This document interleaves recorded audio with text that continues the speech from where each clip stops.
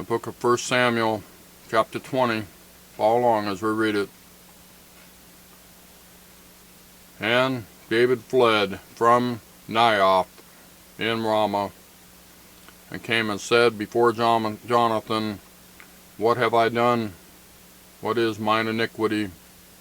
And what is my sin before thy father, that he seeketh my life? And he said unto him, God forbid, thou shalt not die. Behold, my father will do nothing, either great or small, but that he will shew it me. And why should my father hide this thing from me? It is not so. And David sware moreover, and said, Thy father certainly knoweth that I have found grace in thine eyes. And he saith, Let not Jonathan know this, lest he be grieved. But truly as the Lord liveth, and as thy soul liveth, there is but a step between me and death. Then said Jonathan unto David, Whatsoever thy soul desireth, I will even do it for thee. And David said unto Jonathan, Behold, tomorrow is the new moon, and I should not fail to sit with the king at meat. But let me go, that I may hide myself in a field unto the third day at even. If thy father at all miss me, then say, David earnestly asked leave of me, that he might run to Bethlehem, his city, for there is a yearly sacrifice there for all the family. If he say thus, It is well, thy servant shall have peace.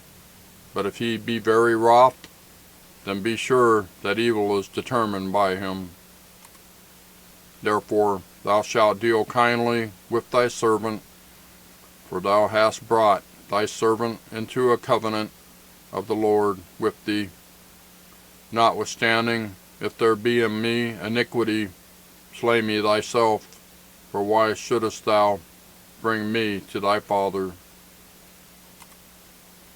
And Jonathan said, Far be it from thee, for if I knew certainly that evil were determined by my father to come upon thee, then would not I tell it thee? Then said David to Jonathan, Who shall tell me? Or what if thy father answer thee roughly? And Jonathan said unto David, Come, and let us go out into the field. And they went out, both of them, into the field.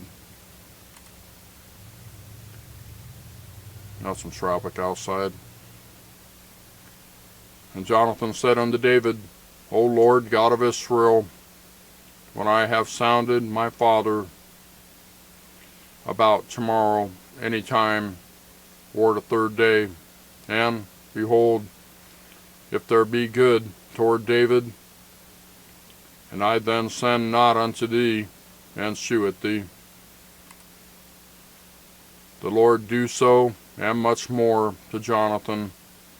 But if it please my father to do thee evil, then I will shew it thee, and send thee away, that thou mayest go in peace, and the Lord be with thee, as he hath been with my father. And thou shalt not only, while yet I live, shew me the kindness of the Lord, that I die not, but also thou shalt not cut off thy kindness from me, or from my house forever. No, not when the Lord hath cut off the enemies of David, every one from the face of the earth. So Jonathan made a covenant with the house of David, saying, Let the Lord even require it at the hand of David's enemies. And Jonathan caused David to swear again, because he loved him, for he loved him as he loved his own soul. Then Jonathan said to David, Tomorrow is the new moon, and thou shalt be missed, because thy seat will be empty. And when thou hast stayed 3 days, then thou shalt go down quickly, and come to the place where thou didst hide thyself, when the business was in hand, and shalt remember, or shalt remain by the stone of Azel, or Azel. And I will shoot 3 arrows on the side thereof, as though I shot at a mark. And, behold, I will send a lad, saying, Go, find out the arrows. If I expressly say unto the lad, Behold, the arrows are on this side of thee, take them, then come thou, for there is peace to thee, and no hurt, as the Lord liveth. But if I say thus unto the young man, Behold, the arrows are beyond thee, go thy way, for the Lord hath sent thee away. And as touching the matter which thou and I have spoken of, behold, the Lord be between thee and me forever. Verse 24. So David hid himself in the field, and when the new moon was come, the king sat him down to eat meat. And the king sat upon his seat, as at other times, even upon a seat by the wall. And Jonathan arose, and Abner sat by Saul's side, and David's place was empty. Nevertheless, Saul spake not anything that day, for he thought, Something hath befallen him.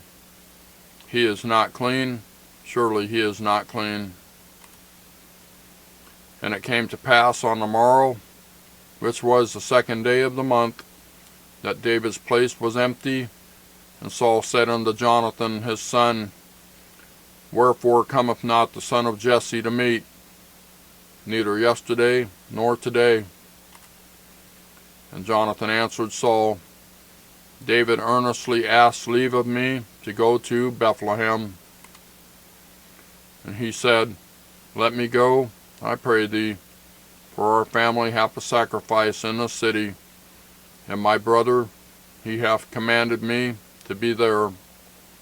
And now, if I have found favor in thine eyes, let me get away, I pray thee, and see my brethren.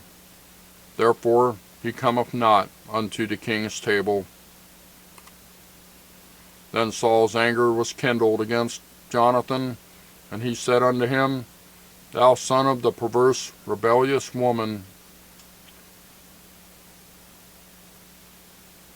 do not I know that thou hast chosen the son of Jesse to thine own confusion, and unto the confusion of thy mother's nakedness? For as long as the son of Jesse liveth upon the ground, thou shalt not be established, nor thy kingdom. Wherefore now send and fetch him unto me, for he shall surely die. And Jonathan answered Saul his father, and said unto him, Wherefore shall he be slain? What hath he done? And Saul cast a javelin at him to smite him, whereby Jonathan knew that it was determined of his father to slay David. So Jonathan arose from the table in fierce anger, and did eat no meat for the 2nd day of the month, for he was grieved for David, because his father had done him shame. And it came to pass in the morning that Jonathan went out into the field at the time appointed with David, and a little lad with him. And he said unto his lad, Run, find out now the arrows which I shoot. And as the lad ran, he shot an arrow beyond him. And when the lad was come to the place of the arrow which Jonathan had shot, Jonathan cried after the lad and said, Is not the arrow beyond thee? And Jonathan cried after the lad, Make speed, haste, stay not. And Jonathan's lad gathered up the arrows and came to his master. But the lad knew not anything. Only Jonathan and David knew the matter. And Jonathan gave his artillery unto his lad, and said unto him, Go, carry them to the city. And as soon as the lad was gone, David arose out of the place toward the south, and fell on his face to the ground, and bowed himself 3 times. And they kissed one another, and wept one with another, until David exceeded. And Jonathan said to David, Go in peace, forasmuch as we have sworn both of us in the name of the Lord, saying, The Lord be between me and thee, and between my seed and thy seed forever.